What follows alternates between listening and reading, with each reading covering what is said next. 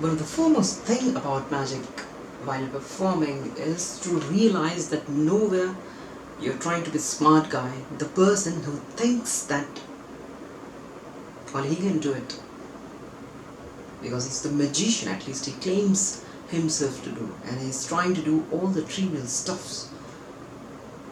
Now the person who's watching you is supposed to be, is obviously going to be quite antagonistic to him. Not in the terms of physical, but in attitude.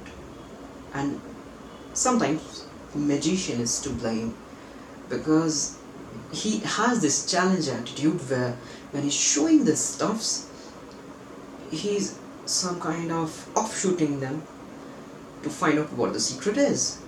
And the problem with this kind of challenge attitude is when you instigate an audience to look for the secrets, to look for the thing which they cannot see, indirectly gives them an impression that what you're doing is trickery, felonry, and not real magic. And that is where the true spirit of magic comes to slow death. And that should never be the method of your presentation. This should never be your style. I've seen it was a portion of what you can say when the person goes into the fact finding. He's into the sprint with you to look for what is there, what you're hiding, which hand is doing this dirty stuff, which portion is not being targeted but is still, it doesn't look like the ideal one. Sometimes when I put the magic on social media, half of them like, wow, I love it. Second times, okay, maybe you can do better. The other one who themselves haven't done any magic, but they would try, they would like to give and leave suggestions to me. And then there are the third category who say, hey, you have kept this in your pocket. Hey, I think there's a string attached to the card that you're trying to float.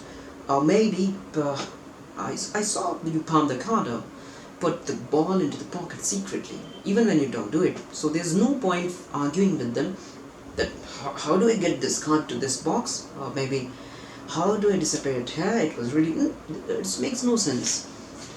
Because even if they understand 10%, it's just their assumption. They think they have understood the trick. And if you combine it with the sort of challenge attitude, it's never going to work. Anyways, last week I had put up the video on Instagram. It was not in my feed, it was in my stories, where I make a note float right in front of them. There's nothing, and there are no strings attached. Now, there's not so much of fan following into my Instagram because it was never supposed to just blindly make people follow. Rather, I wanted my profile to be refined with lesser number of people, but more in the terms of quality, the taste, the terms of artistic value. I do not want this number to just zoom past the, say, on the high side that I can flaunt. I don't want it to happen. What is most important for me is just have the person in my profile who are intellectually good, doing something different from their daily lifestyle. Anyways, so when I put up with stories, sometimes the maximum viewership touches around 30 or 35 at max. 35 is on the higher side. I've seen 30 and 32 just. So half of them say, whoa, wow. Most of them are indifferent. They just see it, they think I'm doing the trickery, it's not worth mentioning. Then there's a third category who says, should I reveal the trick? I said, yeah, you should reveal the trick, but why you should reveal the trick? I know it already, man.